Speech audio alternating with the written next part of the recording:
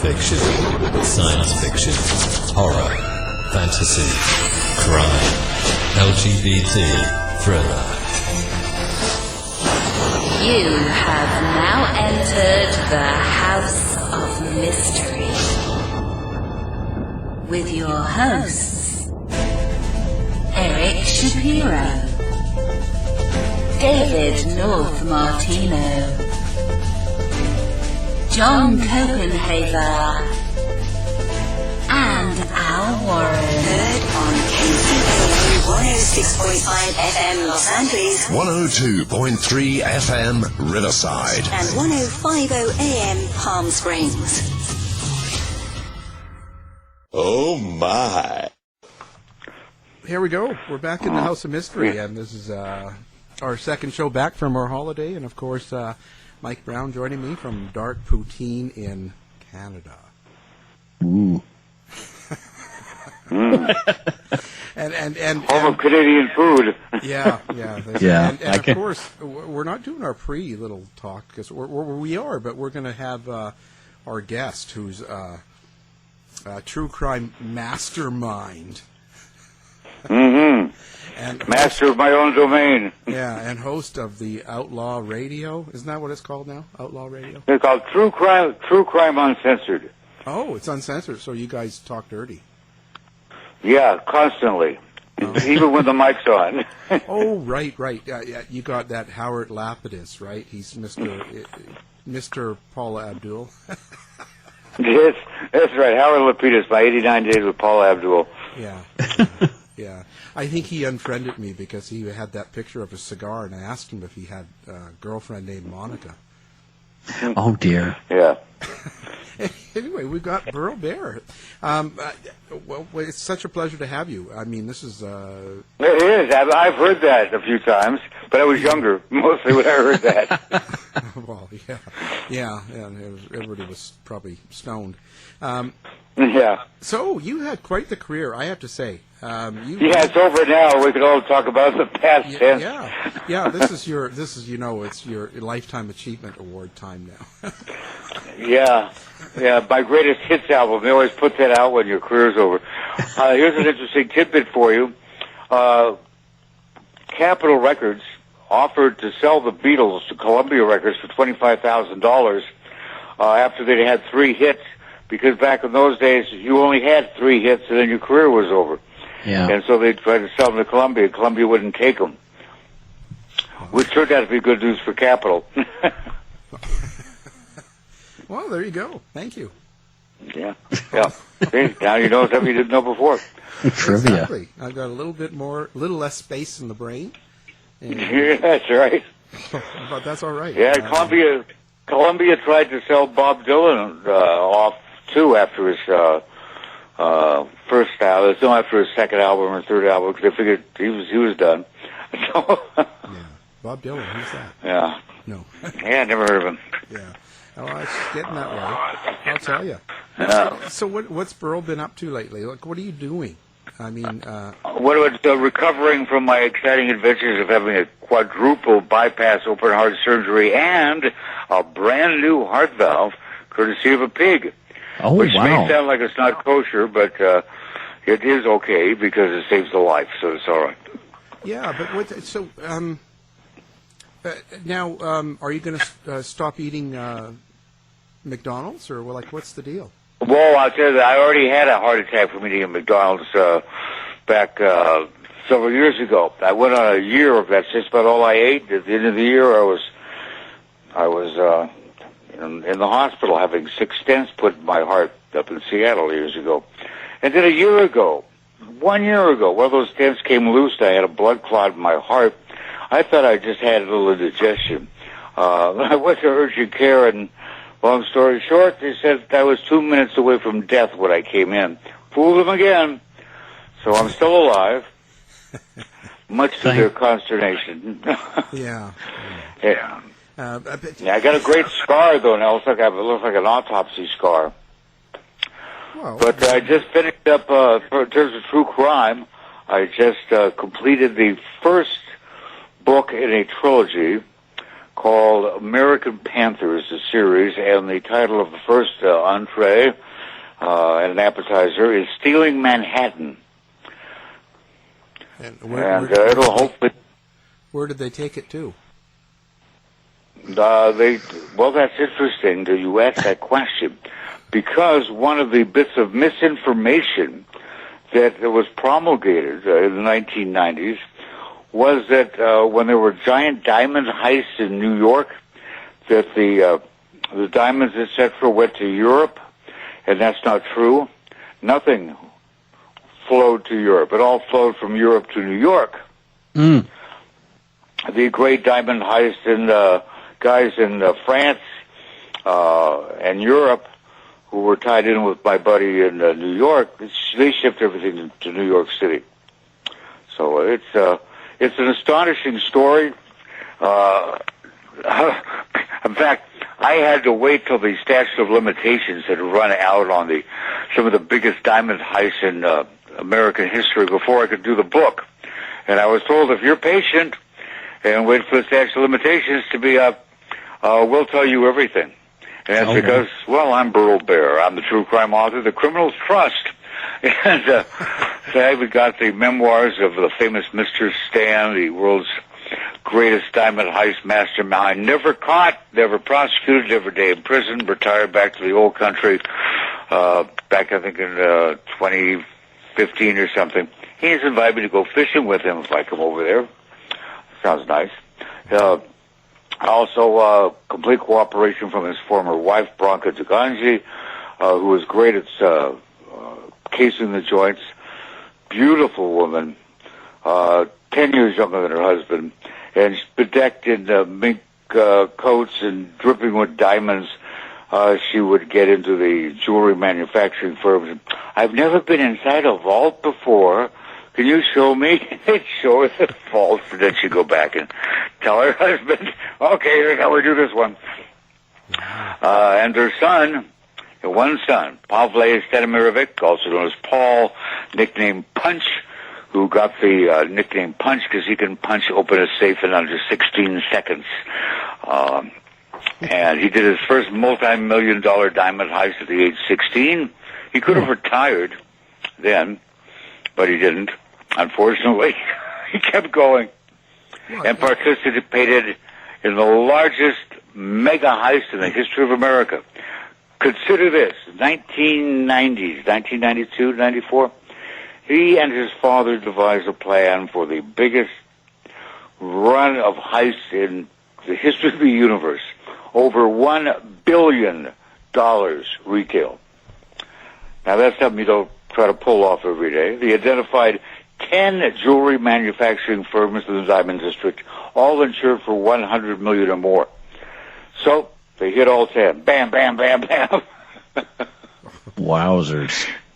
No, so yeah, and they go must ahead. be addicted to the thrill of doing it, right? Yes, exactly, because they didn't need to do it. They were already rich. As he said, I didn't become a criminal because I was poor. I became a criminal because I was already very rich, and I wanted to make my dad happy.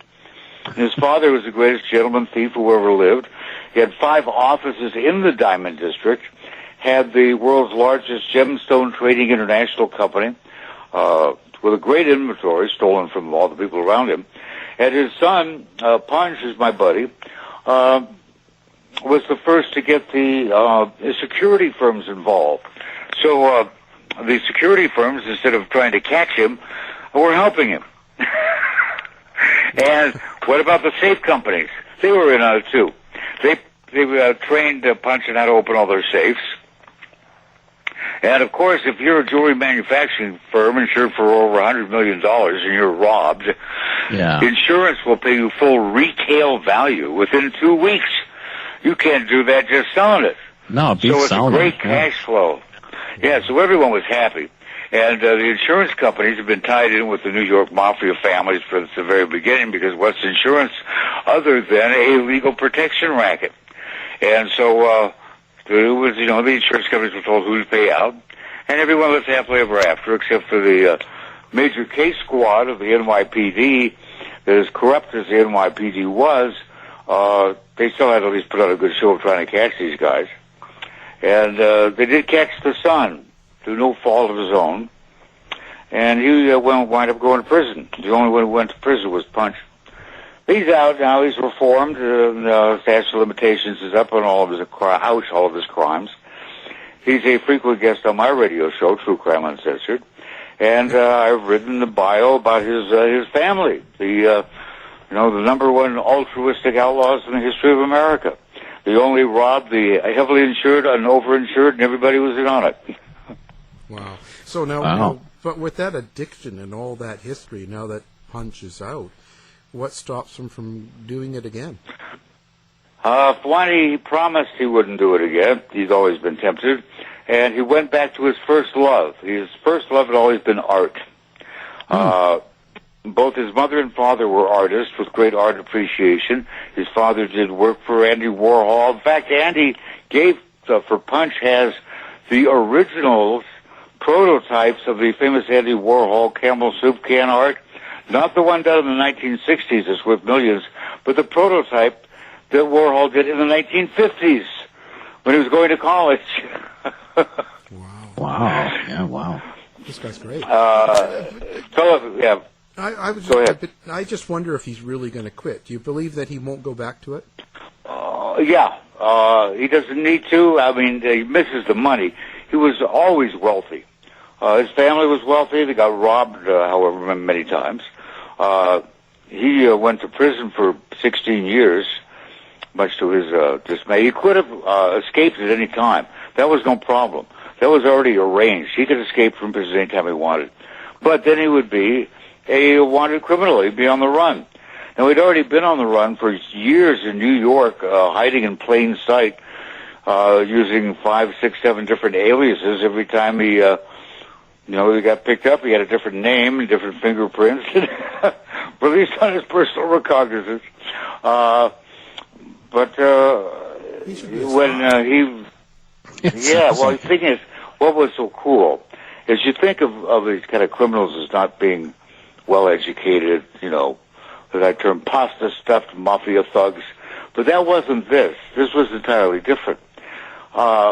These people were wealthy. Punch was educated at the most exclusive boarding school in the world in Switzerland.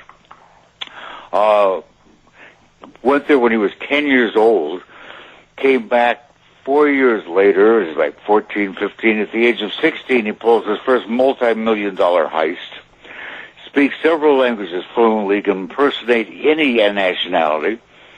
And when he did go to prison, knowing the a rich white kid from New York goes into these federal prisons, I'll be the lowest man on the totem pole. Well, being he could impersonate any nationality or any subculture, he went in pretending to be a Puerto Rican gangster and pulled that off. He should have got the Academy Award for Best Actor in Prison. Wow. So now, so our prisoners are well educated, and our president can't speak. That's right. But that's okay. And I got so aggravated I wanted to strangle my TV show one day. This is a couple of years ago. They were all talking about the border, and we got to keep MS-13 out of here. The Mexican criminal. I wanted to slap him. Any true crime investigator knows that MS-13 started in Los Angeles. Yeah. We exported it, and it's mostly teenagers, and there's far less of them than there are Crips and Bloods, or Latin Kings for that matter. And what the Crips and Bloods learned a long time ago is that red and green, red and blue, which are their colors, red and blue make green money. There's money to be made of us working together. There's no money to be made killing each other. Yeah. What was the last time you heard about big drive-by shooting gang wars between the Crips and the Bloods? Not recently, not in the last 10, 20 years. They're all working together, making buku bucks. Yeah. Yeah. When you get together with these people, how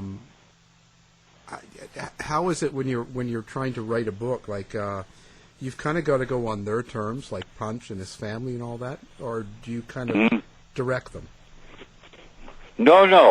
It's a very cooperative sort of thing. It's very interesting that when Punch and I first got together, his major thing that he was so wanted to just impress upon me and doing research, a lot of true crime books by guys telling stories of all the fantastic things they did in the crime world are all a bunch of crap, nonsense. What it is, the guys who are nobody, who are in the witness protection program, come forward and say, I did these things. They were one of the low men on the totem pole. They didn't do anything. You know, they were way down there, but they start taking credit for things that they didn't do or weren't involved in. Still there? Yep. Yep. Yeah. You're still there, right? Yeah. Yep. Oh, okay. I thought I lost it for a second. You edit that whole section. Oh, I see. Somebody you're trying to call me on the phone. Oh. Well, I'm not an idiot. Probably some loyal fan. That one. That's what that beep. Yeah, that one fan that buys my books. Mr. Bear, you sold a copy of Man Overboard this year. Thank you. Punch wanted to make sure that I knew that everything he was telling me was the truth. And so he was doing a lot of work getting the microfiche articles from the New York Times, New York Post about the various heists, etc. And I got to talk to other members of his crew and his mother, bless her heart, who's so gorgeous, by the way. And interviews of his dad that were done on tape before Dad left the country. And it's everything's been verified. It's all true. People go, is this a true story? Yeah, I'm afraid so. How's their family dynamic? Like, is it like a typical family? Did you find? Well, not exactly. No. Mr. Stan, as we call it, he's the brilliant mastermind behind all this stuff, came to the United States in 1957 from Serbia with a. Now he was also raised with wealth and prestige. The only reason Mr. Stan survived childhood is because he wasn't Jewish. Had he been Jewish, he'd be dead, because the Nazis went into Yugoslavia, into Serbia, and murdered virtually every Jew they could get their hands on. They got their hands on Mr. Stan when he was a kid, 7 years old. They thought he was Jewish because he was playing outside by the synagogue, but his family owned the property next to it, behind it, or whatever. When they found out he wasn't Jewish, they didn't kill him, but they did other things to him which were rather unspeakable. And he never was quite the same after that. But he was one of the kids that was dropping bombs on Nazi tanks for the second floor windows of buildings. They had a whole brigade of kids who were like 7, 10 years old who were in the resistance, and he was one of those.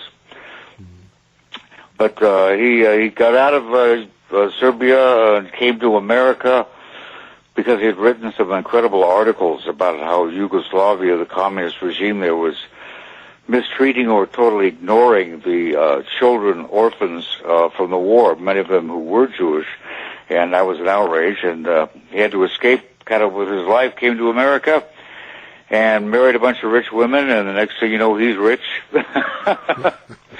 That's what I did wrong. And he's best friends with him. He's doing work for Philip Pearlstein, Andy Warhol, the Chryslers, the DuPonts.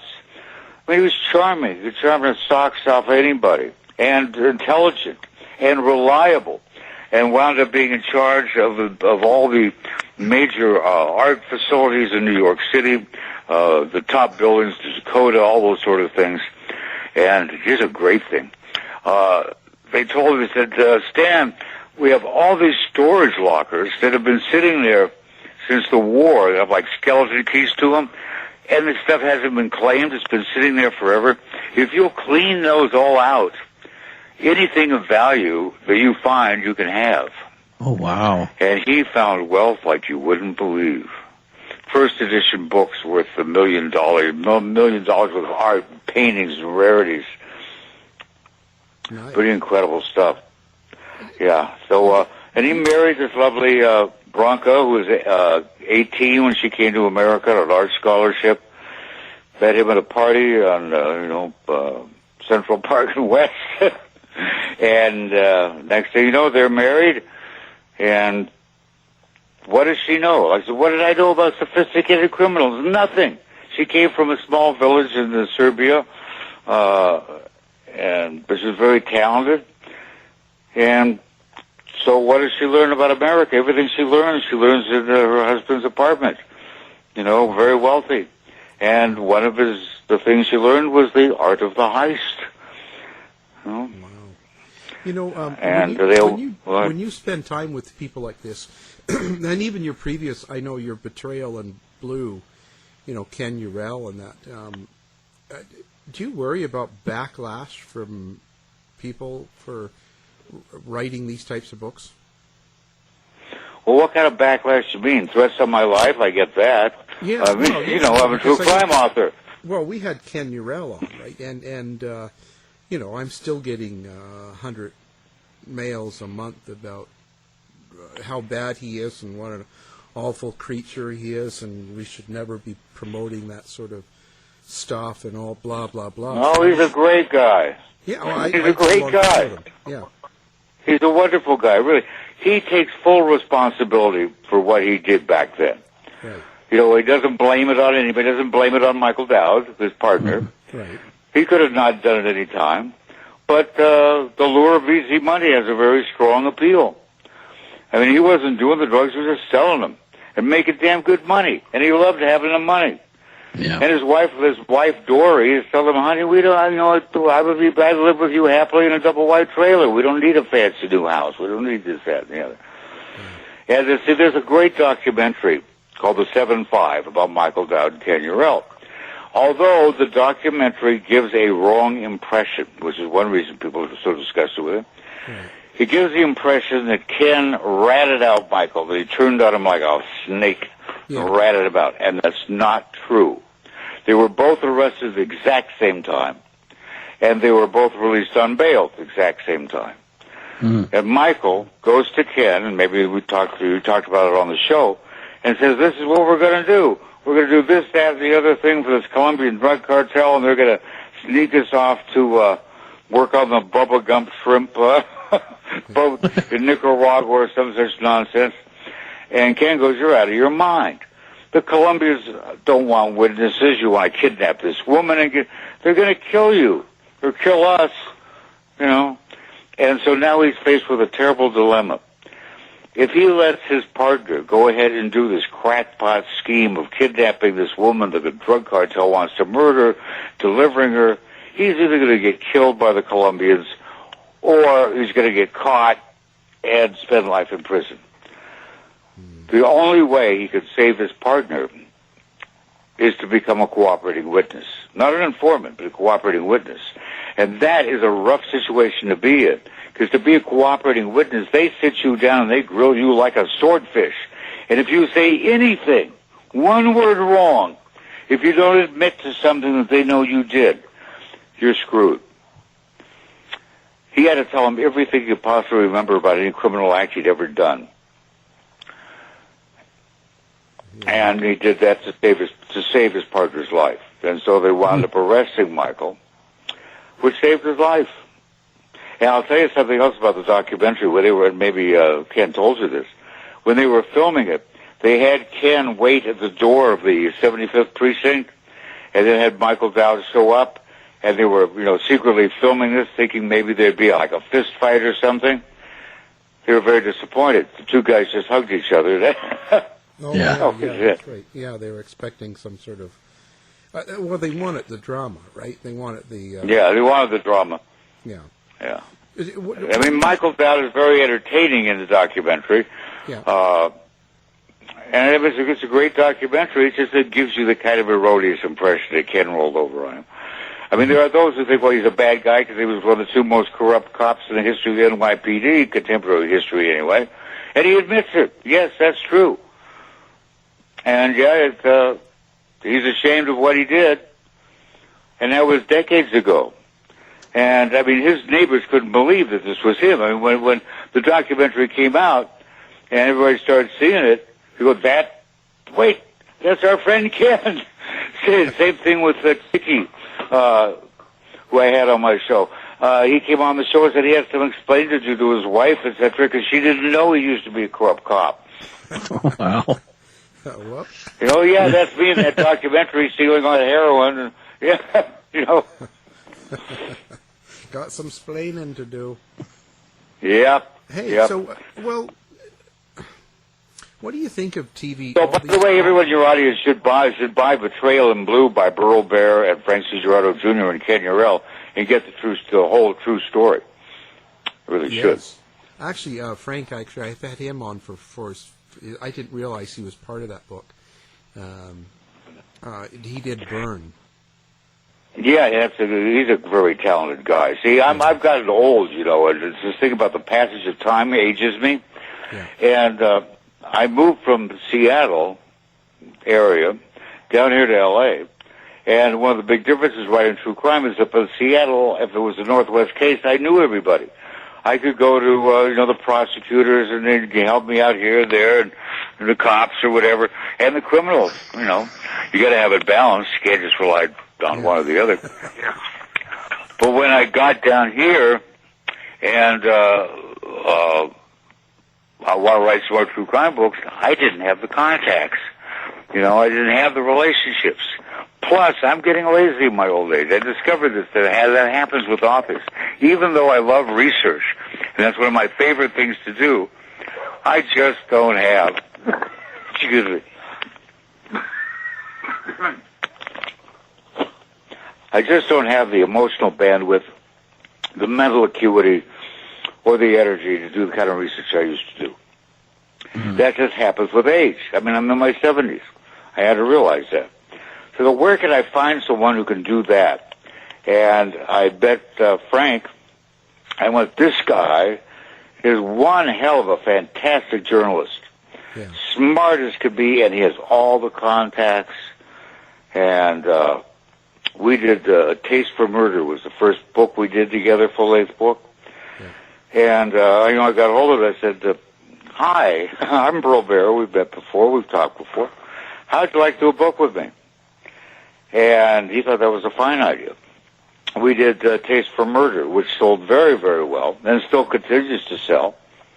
And when I got a phone call one day from Paul Guzzo down in Florida, and said that Ken Urell, I got hold of him and said, I have my memoirs here. I think they'd make a dandy book. Who do you suggest I get hold of?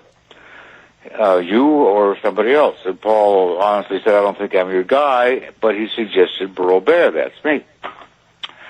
And so then I called Frank, and I said that I'd bring him in on this if he'd like to, if he thinks this is cool. And, boy, he did a fantastic job. We had such fun doing this book. And people can't believe it, but none of us, that Frank, Ken, Burl, none of us ever in the same room at the same time. We never wrote together like you'd imagine two guys sitting in front of a computer writing no. Yeah. Never happened. Yeah. And people find that quite fascinating. How do you do that? How do you write a book when you don't even see each other? And Frank, I thought, explained it quite well. He says, it's kind of like if we were a band. He says, Frank says, I'm the rhythm section, drums and bass. He says, I lay down the basic track, and then Burl comes in and plays lead guitar. Yeah. There you go. Yeah, it works. It works, and, he is so good. And then we just get on the phone and go back and forth and say, well, what do you think about this? How about, oh, let's dump this, let's do that. So what, I'll do this part, then you write that. And then, of course, the big thrill is who calls in Adam Diaz, the head of the Dominican drug cartel that Mike and Ken were working for. He calls in. He wants to make sure he's portrayed properly. Of course. And he was great. Yeah. Well, no, another one of the guys that was involved did one of those or else's on us. We said, don't worry. And Punch called him, and he has his own observations because he was active around the same time these guys were, and they knocked him off the front page, which he was kind of happy about. So, here we have international criminals calling in to make sure they're portrayed properly in a book, which I thought was kind of cool. Yeah. Wow. What do you think of the documentaries? All the true crime documentaries out there, Netflix and all these shows. Do you think it's a good thing or a bad thing? Well, I think it depends on the individual documentary. I've seen some that were absolutely fabulous. You know, and I'm surprised people haven't OD'd on true crime yet. But it just seems to be a growing genre, and I wish they'd send me more money. I just did a show for an episode for a new show called Killer Siblings. How do you like that for a catchy title? Yeah. You know, brothers and sisters who kill together. So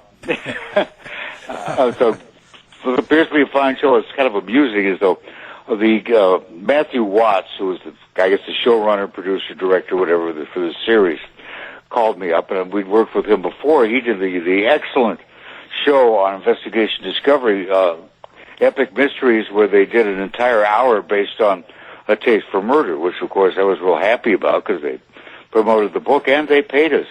But he calls up and says, Burl, do you and Frank have any stories with killer siblings? I go, gosh, I don't know of it in. I asked Frank, and he had a couple, and then I get a call back from Matthew's assistant. Let me revise that. I get a call from Matthew, and he says, Burl, my sister came up with this great killer sibling story. I said, oh, yeah, what is it? He goes, a book you wrote. Called The Alaska Mail Bomb Conspiracy. Why didn't you tell me about that one? Until I forgot. I forgot all about it. Yeah.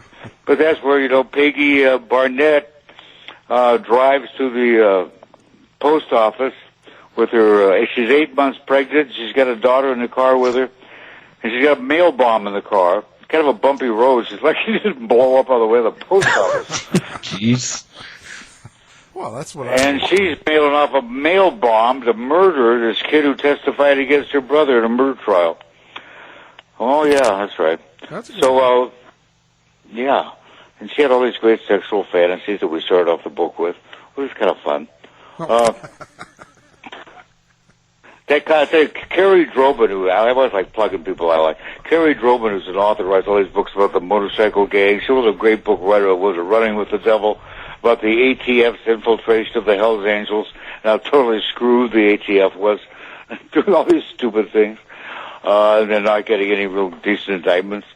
That was a great book. She wrote some other great books, but she just got the biggest kick out of how we started Alaska Mail Bomb Conspiracy with the sister telling the brother her sexual fantasies about killing the guy they killed.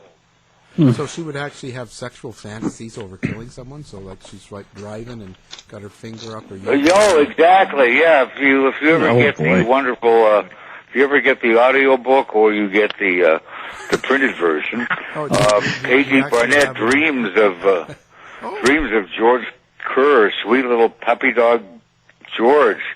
And in her dream, she's driving down the road, and he's standing in the center of the highway, and she just guns that engine right at him. Wham! Hits him, his body goes flailing arc over the top of the car and lands on the gravel. She gets out of the car and goes over, and here's poor little George laying in the gravel. You know, he can't breathe, his lungs have collapsed. Oh, jeez. She reaches down with her bare hands and breaks his neck, and the warm blood flows over her wrist, and she just about has an orgasm. And she's telling all this to her brother. And he goes, whoa, be careful about the blood. You know what the Bible says about the blood. They're both Jehovah's Witnesses. And see, that's the important thing, right? Yeah, they're both Jehovah's Witnesses, and the Jehovah's Witnesses don't get blood transfusions. So, but aside from that, everything was fine. The murder's fine. Her brother's name is not his name. His nickname is Lizard, which right away tells you a little bit about him. Lizard Gustafson. Yeah. Well, the two guys, Smiley and Lizard. Smiley Cheeley and Lizard Gustafson. They call him Smiley because he was always smiling. In fact, I went to the sentencing phase of the trial up in Alaska, and the woman who, when the bomb went off, it didn't kill the guy who was supposed to kill because he wasn't home, but his dad opened the package, killed his father, melted his stepmother's face, made her deaf and blind and everything else. She was at the sentencing hearing doing a victim's impact statement. And of course, she's giving them hell for what they did. And Smiley is smiling and laughing. This is real inspirational. But I want to know about back having the orgasm when she was breaking his neck. Did she actually? Yeah. Well, everyone needs a hobby. Yeah. What's that? Did she have to? Everyone needs a hobby. Well, I wasn't there personally. And I did not, but she's out of prison now, by the way, if you want to see if you can go out with her. She can run me over with her car. Yeah. Car, yeah, hey. Yeah, I got this fantasy, run over with a car. No, she's out of prison now. She served her time. Her brother, however, is in there for life plus life. He's not getting out. Yeah. Now, Lee Goldberg is your uncle, or you're his uncle? What's that? No, I'm Lee Goldberg's uncle. I was going to say, because how did he be your uncle and he looks so much younger? Yeah, and so much heavier. Like he's smuggling walnuts in his cheeks. Wow. But he just posted a picture of himself in New York. He says, "My cheeks tonight in New York City in Manhattan." Lee and Todd. Yeah. Now, Lee Goldberg and Todd Goldberg are brothers. Well, they're my sister's kids. Cute, but... Yeah, they're my sister's kids. And they made history. There was the first time in history that brothers were on the New York Times bestseller list the same week. That's awesome. Yeah, Lee's So I was on the New York Times bestseller list, but that was years ago. Maybe someday I'll be on it again. There was a New York Times bestseller list back then. Yeah, back in the 1800s when I was younger. Yeah. That was Murder in the Family, right? Murder in the Family. Yeah. Yeah. So, what is the book that stays with you to this day? It does what pays me well to this day, or what? Yeah, something. What always comes back to you? Like what? You know what I mean? Keeps. I don't know. That's a difficult question. Murder in the Family keeps making me money. Mm-hmm. I'm happy about that. Yeah, that's a great Taste book. for Murder does well. I get money in the mail for that. Some of my favorite books have never made me a dime. Yeah, that's how it goes. But. Yeah. Although the Saint book, The Saint, A Complete History in Print, Radio, Television, and Film, continues to sell. When people think of the Saint, they buy it, and then I get a little bit of money in the mail. Headlock, The Private Eye Mystery, where I'm the hero. I wrote a book where I'm the hero because you know perfectly well no one else is going to write that book. So I wrote it. So it was a comedy and fantasy. No, me being a hero, yeah. But it's a good book, and it's one of my favorites, and people who like it really like it, and no one buys it. Man Overboard, The Counterfeit Resurrection of Phil Champagne, nominated for Best True Crime Book of the Year by the World Mystery Convention. In person, I can sell it like a Vegematic salesman. But as far as people buying it, even though it's a 25th anniversary edition where we fixed the typos and everything, people aren't buying it. There's not enough dead people in it. That's the thing. If it bleeds, it sells, right? Yeah. But if it bleeds, it leads. Yeah. Red makes green. Yep. I was explaining to someone how local news is structured in America, and that is you start with if it bleeds, it leads. No one was killed in this bloody accident. You start off with, and then you end with something to be afraid of. That's always very important. Something to be afraid of. Is your cell phone going to give you brain cancer? Find out tonight. And then you end with a funny story about an animal.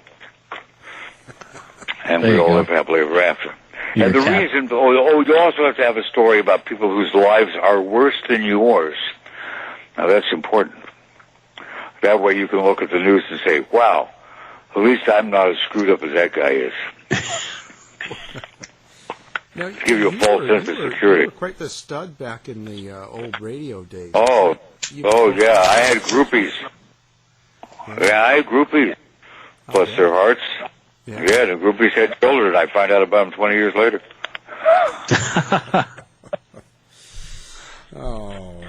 I miss those days. Not the trips to the VD clinic, but I miss the warmth and adulation and undulation. There you go. What's your favorite writer? Narrative or more? My favorite type of Play-Doh? What was that? Yeah, Play-Doh. Who do you like? Who do you like as a writer? Besides I like anybody who writes, takes the time to write. I don't read a lot because I write a lot, but being as I do True Crime Uncensored, and you keep sending me a book a week, damn it. I got so many Alan R. Warren books. I mean, it's like, what do you got, like a room full of monkeys cranking these things out? I do. And you say, here's another Alan R. Warren book. Who published this one? Oh, okay, it's either J.R. Parker or Wild Blue. Who's the... So that's why we have you on my radio show so much. We know that when in doubt, we get Alan Warren. He's good, and he's got books. And you're always fun to have on the show. So I do read, usually, a true crime book a week that's not my own, because they're going to have a guest on, and I want to know what their book's about. And sometimes I am so amazed, amused, aghast, and thunderstruck by the story or the quality of the work that I'm really just really impressed. I'll tell you, though, Jack Olson, who the world's greatest true crime writer, he was very, very supportive of my career, wonderfully so. I mean, he just was really my number one cheerleader. And I read the opening of his book, Salt of the Earth. I read the first page. And I wanted to take my laptop and my keyboard and throw them in the Pacific Ocean and give up. He was so damn good. Mm-hmm. And on most of my books, on the cover, it'll have a quote from Jack about how good I am. And he used to write these articles. When you get a hold of someone else's book like that, like a real good writer, and you read it, how do you overcome that and continue to write? It's not easy. The way I overcame that is I told Jack, I just read the opening of Salt of the Earth, and I just want to give up. How can I ever write as well as Jack Olson? I never can. I never have that style. I can write my stuff as best as I can write it, but I'm not going to be Jack Olson, because only he can write like Jack Olson. You wind up getting your own voice. Yeah. There is something that Frank Gerardo and I did with A Taste for Murder and Betrayal in Blue that I'm proud of, and that is, when I was writing primarily for Kensington Publishing Company, with Murder of the Family and Headshot and Fatal Beauty and all those, there were 100,000 words, and they're, just the facts man, Joe Friday sort of stuff. Right. Mm-hmm. And I said to Frank, I said, you look at mysteries or thrillers, they're not 100,000 words. You tell the story. Maybe they're 50,000, like a sane novel, 55,000 words. Why should it be 100,000? I'll tell you what. Let's write this book, and let's just write it and tell the story, and tell it in a style that's conversational, as if we are sitting in person with a friend of ours who loves hearing stories, and we got a story to tell. And that's how the approach we used and the style we used in writing A Taste for Murder. And it was a hit. And the biggest compliment we kept getting was, we love the style. It's so easy to read. It's conversational. And it just moves. And it's not 100,000 words, but it didn't take 100,000 words to tell the story. Let's just tell the story, tell it as best we can, and we make this episode, of course, a little tongue-in-cheek here. They said, I don't have the book in front of me, so I have to paraphrase myself. You love hearing stories, and we love telling stories. And so we assume that you're our friend. So after you read this book, don't say anything that's going to hurt our feelings. Yeah. We're dewy-eyed innocents. The only source of joy we have in life is making you happy. So I didn't get very many negative reviews. People felt guilty if they did. But I've had some that I just want to throttle the reviewer. Someone writes on Amazon about,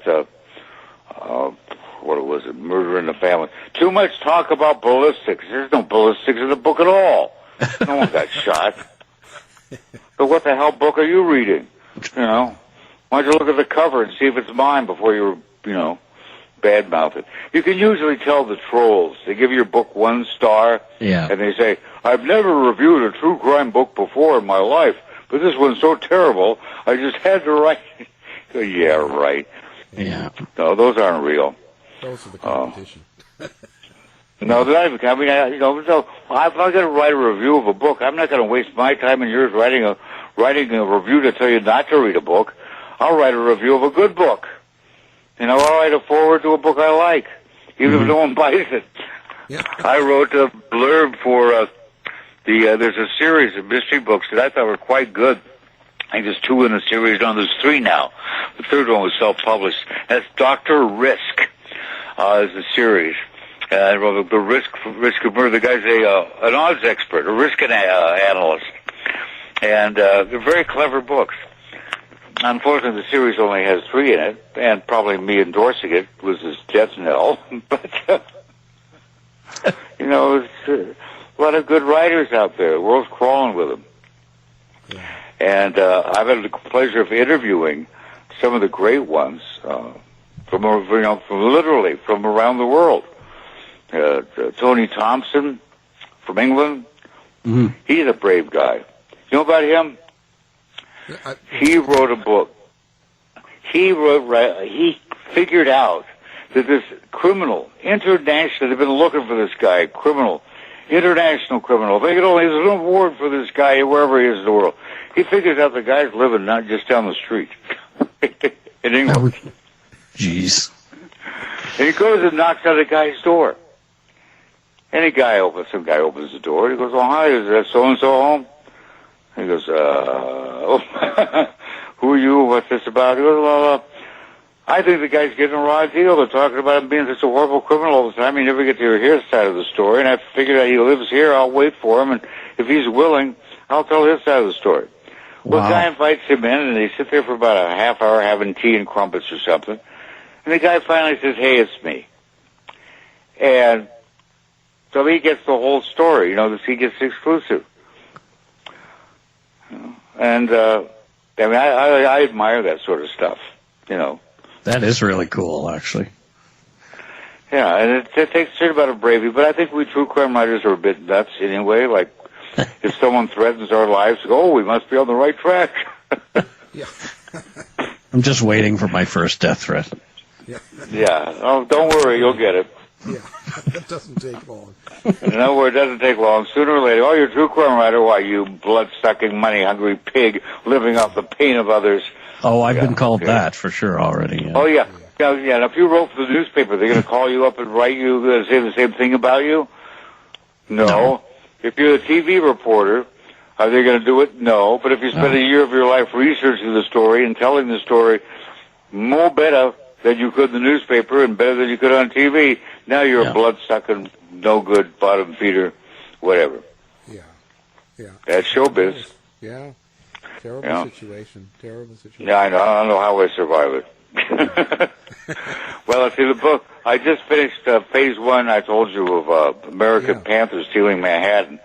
And that's 60,000 easy-to-read words, and as this one lady said, who just thinks it's the greatest, she read the manuscript, she goes, "Is this a true story?" Well, yeah, it's hysterical. I mean, it's not a comedy, and it's true, but it's just the more it gets into it, the crazier it gets. I mean, because no one's heard this story before. And Americans are pretty naive on how corrupt things are. You got the chief of police buying a drink from Mr. Stan. "Hey, make sure all the guys in your crew have real jobs." Okay. I know. Welcome to America. Yeah, it's crazy. Well, it's corrupt all the way now. Okay, right to the top. Right to the top. Yeah, it's like the Watergate was like a turtleneck sweater. The cover up went all the way to the top. Yeah. I'll tell you, it only gets more entertaining every single day. Yeah, I can't remember as it says in the faith of which I am an adherent. It says, "Avoid partisan politics as you would a lion." Yeah. Because it's corrupt in ever higher and ever widening circles. Stay away from it. It causes disunity. Really. I mean, I see people fighting about this. Now, I've got some friends and acquaintances who, much to my shock and chagrin and mortification, are big... I'm always a well-wisher of our government. If someone's sick, you don't want them to die. You want them to get better. So I'm always a well-wisher, right? I'm not I try to stay aloof from the political aspect, but I'm not aloof from the integrity aspect. I will not campaign for any politician. I'm not a member of any political party, but I do vote, and I vote on issues and ethics, not by party. Yeah. But then again, if your party can't find any ethics, it's not going to be much of a party anymore. It's a tragic story. It's like a giant farce. Yeah. That's showbiz. Yeah, it's just... That's who says it? Lenny Bruce, I think, that politics is the entertainment wing of the military-industrial complex. Well, there's either Mark Twain or, what's his name, the other guy with the lasso, political humorist. So if your vote meant anything, they wouldn't let you vote. Well, that sort of says it all, doesn't it? Yeah. Wow. So now your new book's out, and of course... no, the new one isn't out yet. The Stealing Manhattan isn't out yet. When does it come out? That's a good question. Right now we're in heavy stuff going on with movie and TV rights. An Academy Award-winning producer wants to do an entire series, like Ocean's 11 series, based on Stealing Manhattan. Yeah, that would make a great movie for sure. Oh yeah, and a bunch of movies. Yeah, I mean, they were doing heists. I mean, these are incredible diamond heists. The kind you see one movie we base like one heist. The way these Ocean's 11 things. Mm-hmm. I had to leave out hundreds and hundreds of heists for the book because it would just be overwhelming. I had to pick which ones I wanted to write about. Yep. So, guys love a great heist movie. That's for sure. Oh yeah, they do. In fact, there was an article there's a site called academia.edu, which is all academics, and there was an academic paper written on why people love heist movies. Mm-hmm. And yeah, it's fascinating. And I'll tell you, they're gonna love this book if they like heists, and why people do them. I mean, even after they did the biggest mega heist in the history of America, over $1 billion, they kept doing it. They didn't need to. It was fun. Great fun. They loved doing it. Oh, yeah. And unlike the mafia who would kill each other over who's going to get the proceeds, they did exactly the opposite. So you want to do a heist? Fine, do one, take the money, go open a real estate company. So you can look out at the skyline of Manhattan and know which heist paid for which skyscraper because all these guys were into real estate. Yeah. Pretty amazing. Quite the story. Well, you have to let us know when it comes out. Now, your website is burlbear.net, right? Yeah, burlbear.net. And I had a problem with my website, which cost a king's ransom, a small Balkan king, but a king nonetheless. And it went down, and we brought it back up, and the photos were missing, and boy, all sorts of aggravation. But the site's still there, and my blog is there, and you can get my books, and please buy all my books as soon as possible so I can get some royalty checks in the mail. Just had my laptop die, which is no fun. Yeah, you need some money. No money. Yeah, I need money to buy a new laptop. This is the, help Burl out right now. Yeah, help Burl out. We're going to have a GoFundMe to buy Burl a laptop so he can continue his writing career, which obviously is stalled somewhat if he can't afford to go buy one. Yeah, let's go. We need to sell some books. Yeah, I'm all in favor of that. And don't buy them used. I don't get any money if you buy them used. Yeah, nobody. Because I've had people ask, I saw your book on sale at a yard sale, so I bought it. How did they pay you? Don't you fool. Yeah. No, they don't want to buy that. Yeah. Because it'd be all sticky pages. Nobody. Yeah, that's right. Yeah. Well, especially the one on Peggy Barnett and they hit the guy with the car. Yeah. They all wet and bloody. Well, yeah. Another interesting hour. Burl, thank you for that. Went by that fast already. It did. I thought we were just getting warmed up. We're just getting warmed up, but it's over. Well, so that's it's over. Well, buy all my books. It covers a lot of territory. I got lots of true crime books, and I've got books that aren't true crime. You can buy those too, and you can buy other people's books if you want, but buy mine first. Okay. By the others. Yeah, mine. Yeah. Thanks. You've been listening to the House of Mystery radio show. To find out more about our guests, hosts, or shows, go to www.houseofmystery.com. Show's over for now. Was it as good for you as it was for me? Well, good night. This has been a production of Something Weird Media. I'll be back.